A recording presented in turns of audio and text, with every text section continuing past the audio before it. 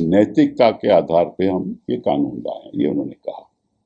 मुझे बड़ा ताज्जुब हुआ, क्योंकि नैतिकता के आधार पे तो उन्होंने कई सरकारें गिराई हैं। कई मंत्री जो पहले जिनके खिलाफ ये आरोप लगाते थे कि करोड़ों रुपए का उन्होंने धांधलेबाजी की है, मुझे तो बड़ा आश्चर्य होता है जब गृह मंत्री जी नैतिकता की बात करते हैं। बीएनएस में अब क्या है कि ये कस्टडी जो पीएमएलए हो या सीबीआई हो, तो वो 2 दिन की कस्टडी ले सकता है। सर, अगर प्रोसिक्यूटिंग एजेंसी ही कस्टडी 60 और 90 दिन लेगी तो 3 दिन में बेल कहां से होगा? ये इनका अपना पास किया हुआ कानून है।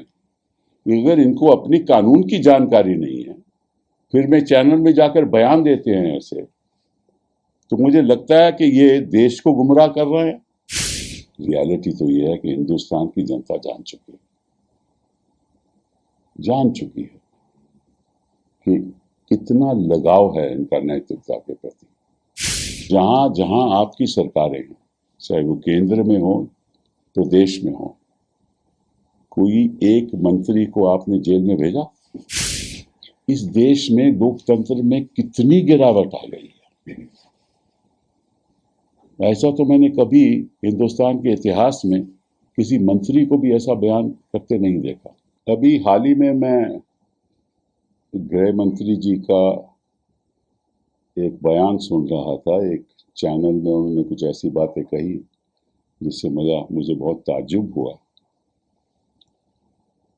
क्योंकि जो कॉन्स्टिट्यूशन अमेंडमेंट बिल 111 और 113 अभी हाल ही में पार्लियामेंट में पेश हुआ, उसके बारे में उन्होंने कुछ कहा और उन्होंने कहा कि हम तो नैतिकता के आधार पे इसको लाए हैं और हम चाहते हैं कि जो ऐसे क्रिमिनल लोग हैं, आरोपी लोग हैं, जिनके खिलाफ एफआईआर दर्ज होती है और ऐसे अपराध के लिए दर्ज होती है जहां सजा 5 साल से ज़्यादा हो, तो निश्चित रूप से उनको अगर 30 दिन में हिरासत में रखेंगे तो 31 दिन में उनको इस्तीफा देना पड़ेगा और नैतिकता के आधार पे हम ये कानून लाए हैं, ये उन्होंने कहा। मुझे बड़ा ताज्जुब हुआ, क्योंकि नैतिकता के आधार पे तो उन्होंने कई सरकारें गिराई हैं। नैतिकता के आधार पे कई मंत्री जो पहले जिनके खिलाफ ये आरोप लगाते थे कि करोड़ों रुपए का उन्होंने धांधलेबाजी की है, वो अब इनके मंत्री हैं। नैतिकता के आधार पे जो कांग्रेस में थे, जिनके ऊपर आरोप थे, वो आज यहाँ बैठे हुए हैं। एनसीपी के लोगों के जिनके आरोप थे, वो यहाँ बैठे हुए हैं।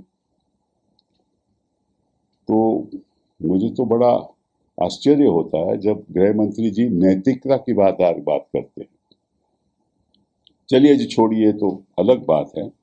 उन्होंने एक और बात कही कि अगर आपके खिलाफ कोई एविडेंस नहीं है तो निश्चित रूप से आपको तुरंत, जब आप जाओगे कोर्ट में, तो तुरंत 30 दिन के अंदर वो आपको रिहा कर देगी, बेल दे देगी। तो उसमें दिक्कत क्या है?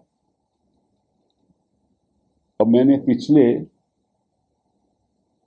कई मंत्रियों के जिनको हिरासत में लिया गया, अरेस्ट किया गया, मैं आपको कुछ आंकड़े देना चाहता हूँ। मैं 2014 की बात कर रहा हूँ और ये अमित शाह जी को मालूम होगा जरूर, क्योंकि उनको सब जानकारी रहती है, कौन कहाँ जाने वाला है, कौन कहाँ जा रहा है, कौन जहाँ जाने वाला होगा, ये सब उनको जानकारी रहती है। तो आप देखिए आप जितेंद्र तोमर, ये एक जेल रहे 1 साल 5 महीना 2015 में, हाँ 2015 में, और आज हो गया 2025, 10 साल हो गए, अभी अंडर ट्रायल है। ये ट्रायल अभी खत्म नहीं हुआ और पता नहीं कितने और साल लगेंगे। फिर आइए मदन मित्रा, टीएमसी, 1 साल 9 महीने 2014 में गिरफ्तार हुए थे, अरेस्ट हुए थे, और बेल इनको 2016 में मिली और आप हो गए 11 साल बाद ट्रायल हो रहा।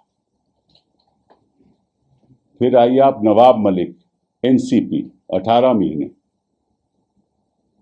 ये हुआ, इनका अरेस्ट हुआ 2000 फरवरी 2022 को।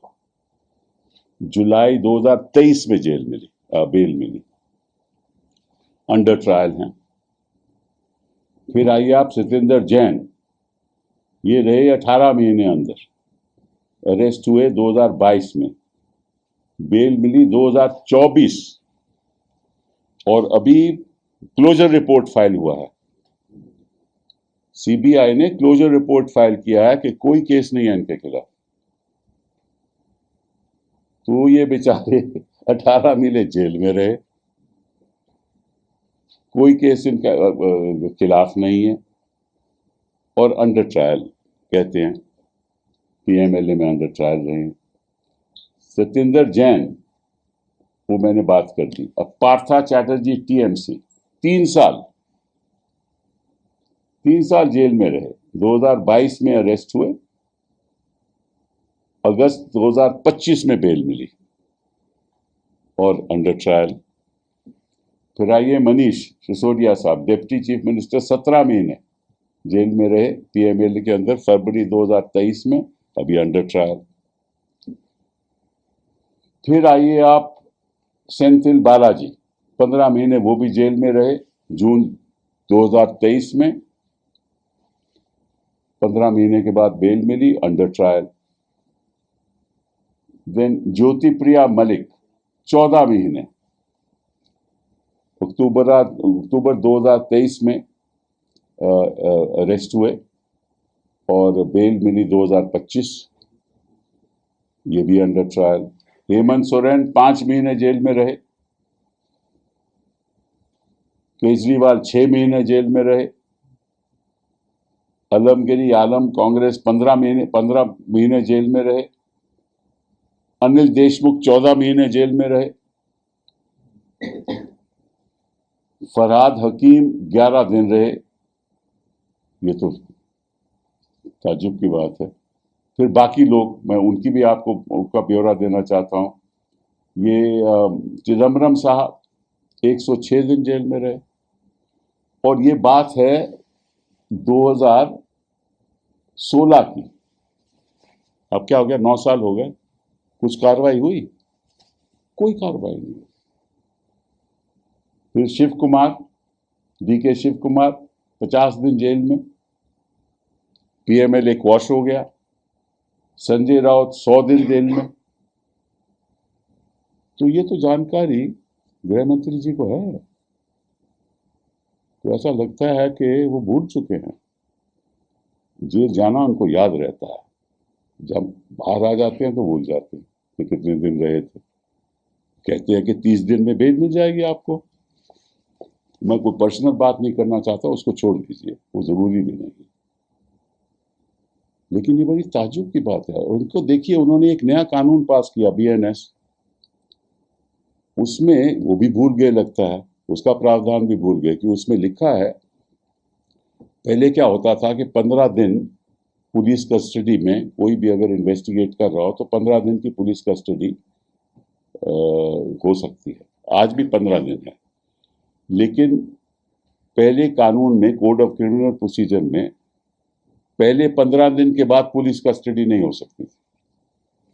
बीएनएस में अब क्या है कि ये कस्टडी जो पीएमएलए हो या सीबीआई हो, तो वो 2 दिन की कस्टडी ले सकता है।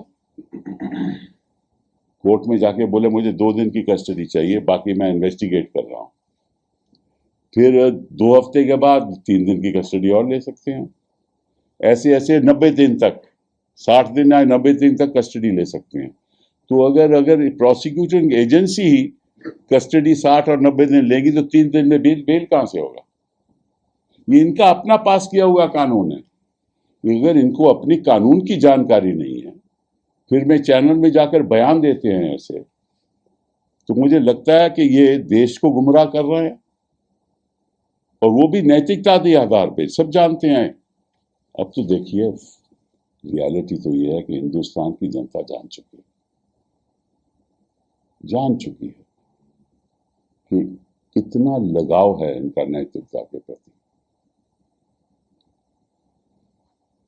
तो मैं गृह मंत्री जी से कहूंगा कि ये जो कानून लाए हैं ना, ये केवल ऑपोजिशन के चीफ मिनिस्टर्स और मिनिस्टर के खिलाफ उनको हिरासत में लेकर ऑपोजिशन की सरकारों को डिस्टेबलाइज करना, यही आपका इरादा है। और ये नैतिकता की बात जो आप करते हो ना, ये छोड़ दो, क्योंकि इससे कोई फायदा नहीं, कोई इससे प्रभावित नहीं होगा। साथ साथ में जनता को ये भी बता दो कि जहां जहां आपकी सरकारें हैं, चाहे वो केंद्र में हो, प्रदेश में हो, कोई एक मंत्री को आपने जेल में भेजा एक दिन के लिए भी? किसी के खिलाफ एफआईआर होने दी? तो आप बात करते हो कि भाई हम क्रिमिनलाइजेशन को खत्म करना चाहते हैं, तो जरा अंदर भी झांक लो। जिस तरह से आप खुद सरकारें चला रहे हो, उसका भी ब्यौरा कर लो। मुझे बड़ा ताज्जुब हुआ कि जब ऐसे चैनल पे जाकर उन्होंने ये बात कही, तो मैं सोच रहा था कि इस देश में लोकतंत्र में कितनी गिरावट आ गई है। ऐसा तो मैंने कभी हिंदुस्तान के इतिहास में किसी मंत्री को भी ऐसा बयान करते नहीं देखा। एक ऐसे कानून लाओ जो एक हथियार बन जाए। सरकार के हाथ में अब कानून हथियार बन चुका है, जिससे ऑपोजिशन लोगों को हिरासत में लेकर ऐसा सिचुएशन हो जाए कि सरकारें ही गिर जाए।